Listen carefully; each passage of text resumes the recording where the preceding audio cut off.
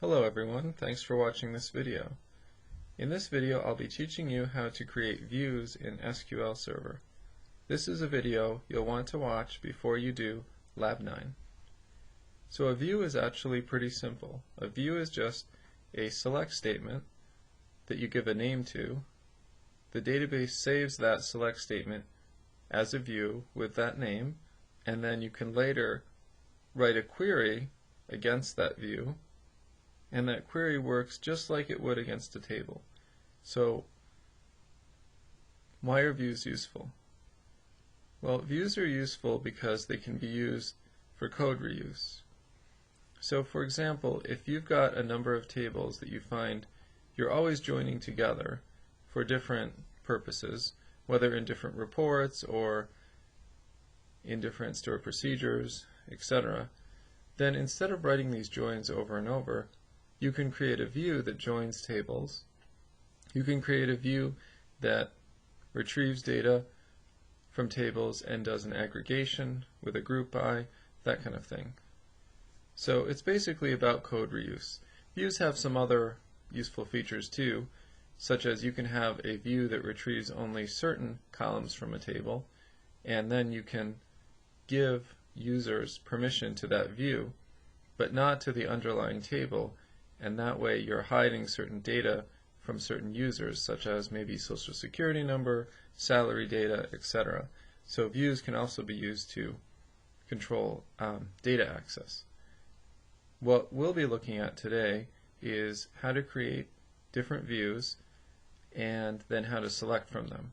So basically, if you've created one view, you can create any view in the future because the syntax is very simple. The tricky part is just figuring out what kind of SQL needs to go in the view to retrieve the data you're looking for. So let's start with our bookstore database. So let's say that we want a view that will show us each book and the author or authors associated with it. So we've done this query before where we have to join 1, 2, 3 tables. So the query is going to be the same, but we're just going to store it as a view and give it a name, and then I'll show you how you can select from that view. So what we need to do is first let's just see what's in our 3 tables: book, author,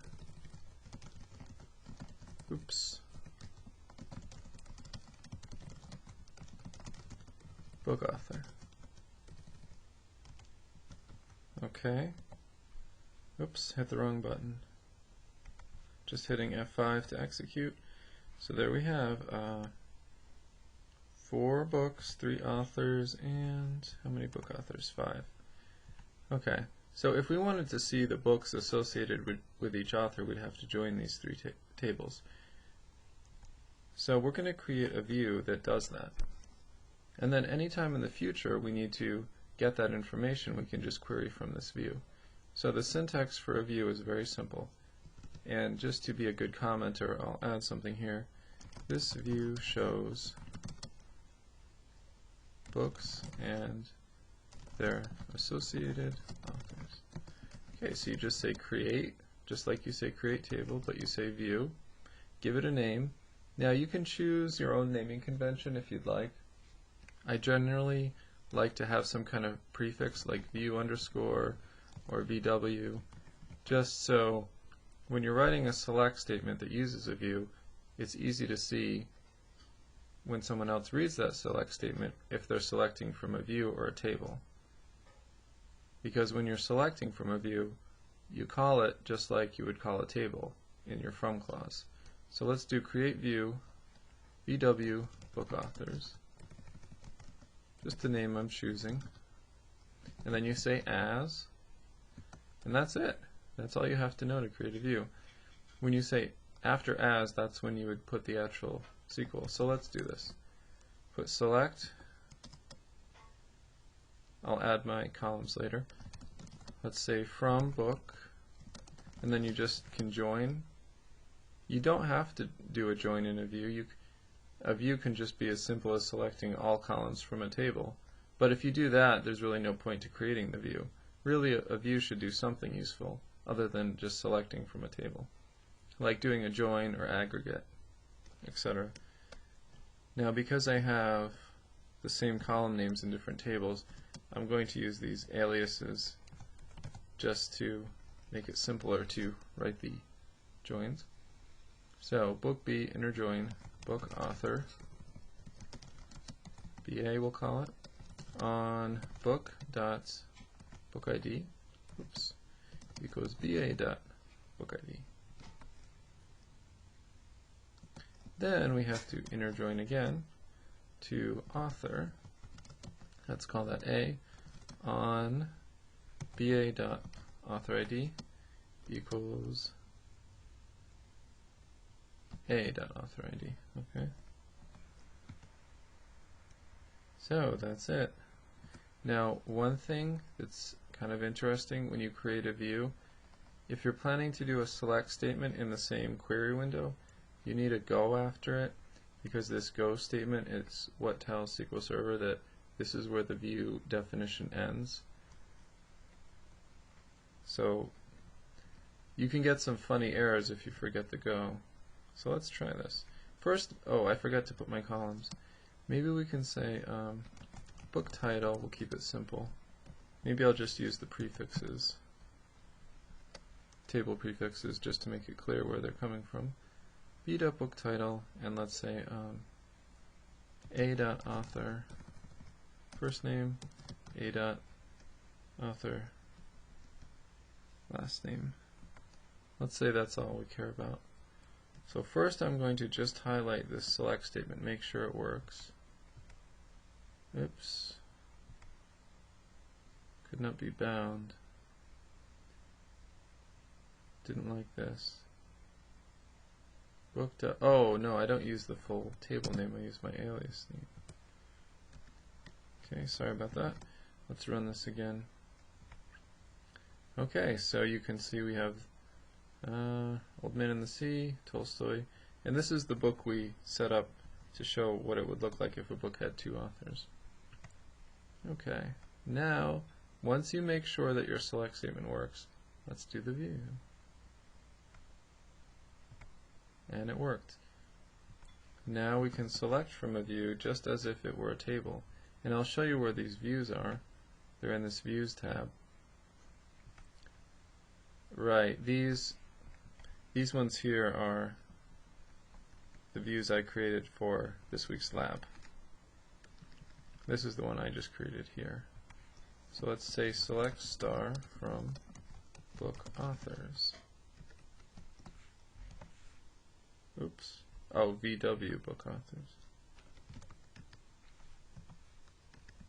Had the wrong name.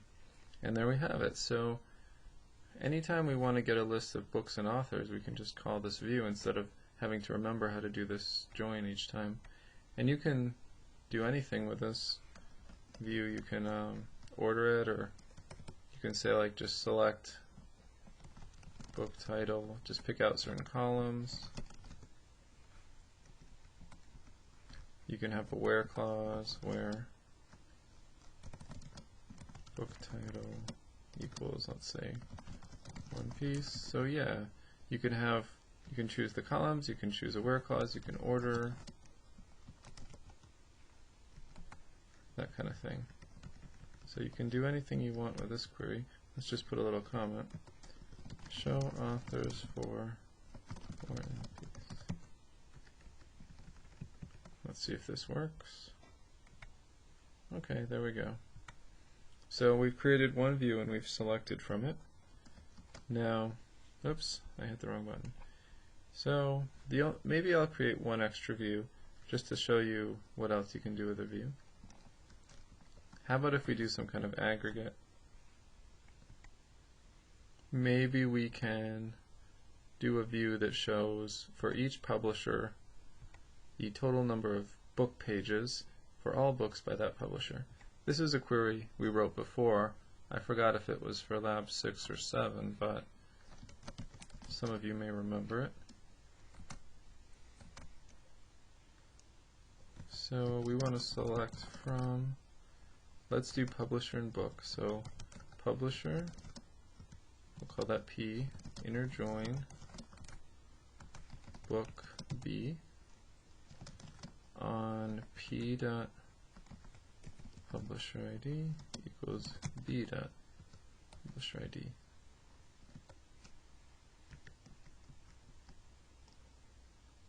And we are going to be doing an aggregate. We are going to group by the publisher. So group by P dot publisher ID, and we want to select P dot publisher ID and the sum of B dot book pages. So again, before we create the view for this query, let's just make sure the query works. Oh, we have a problem. We forgot our alias. So let's just call this as total pages, because the view will not work if you don't have aliases. Okay, so we have the publisher total pages. Now we just add at the beginning, create view, give it a name. Let's call this VW publisher pages as, and then don't forget the go here, so it'll know when the view is, when our code for the view is done. Let's see what happens. There we go. Let's refresh our views. Where is that? There it is, VW. So let's say now we can select from it. Oops, forgot my comments. This view shows total pages by publisher. Publisher. And then finally, let's select from it. Select star from VW publisher pages. There it is. Let's just say show all publisher pages. Now what happens if you make a mistake in your view? I keep hitting that. What happens if you make a mistake in your view and you want to change it? Let's say I don't want to show the publisher ID. Let's say I want to show the publisher name, right? That's a little more useful. So first I'm going to just run the query just to make sure it works. It works, gives me the name. Now what happens if I try to run the create view again?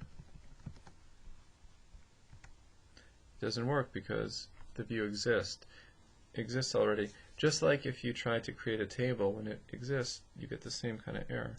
So you can just say drop view VW publisher pages. So you can drop the view, run this, success. Now you can recreate it with a new definition. There we go. Now let's see if it shows me the publisher name. Good. So that's basically everything for views. All you have to know is how to say create view, give it a name, say as, write a select query, and then say go. So we can do joins here, we can do grouping, we can also have where clauses here. The only thing you can't do in a view is do an order by, because it's generally recommended that you're going to order the records when you retrieve them from the view, not when you create the view. So if you try to do something like this, oh, I have to drop my view. Here's a little trick. Just type drop in here. Just run this. I'm just hitting Control R to turn the results window on and off. Another shortcut. Now what happens if we try to create this? Ooh, you cannot do order by in a view unless top is specified. So you can do this little trick. Like you can go, if you do really want to order in a view, you can say select like top 100%,